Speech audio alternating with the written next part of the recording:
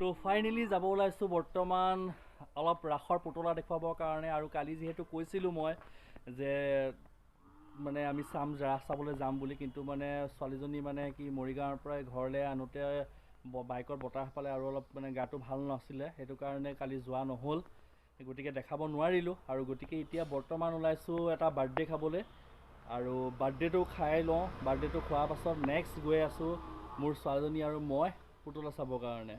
গতিকে আপোনালোককো ৰাস দেখাব নোৱাৰিলোঁ, কিন্তু পুতলা দেখাবলৈ গৈ আছোঁ। কামপুৰত কেনেকুৱা ধৰণৰ পুতলা আয়োজন কৰা হৈছে, কি পৰিৱেশ কি হৈ আছে অকণমান দেখাবলৈ চেষ্টা কৰিম।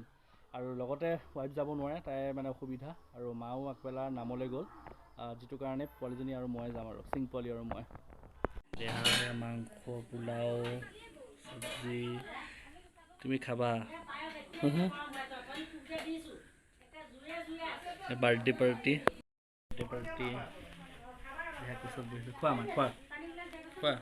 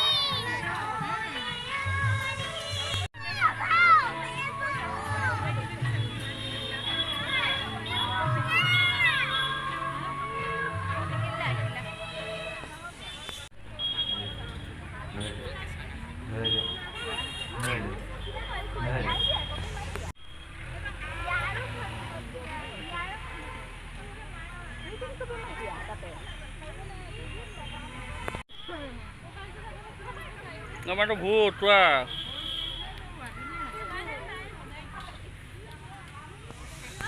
মৎস্যৰূপে অৱতাৰ ভৈলা প্ৰথমত উদ্ধাৰিলা চাৰি বেদ পলয় জলত।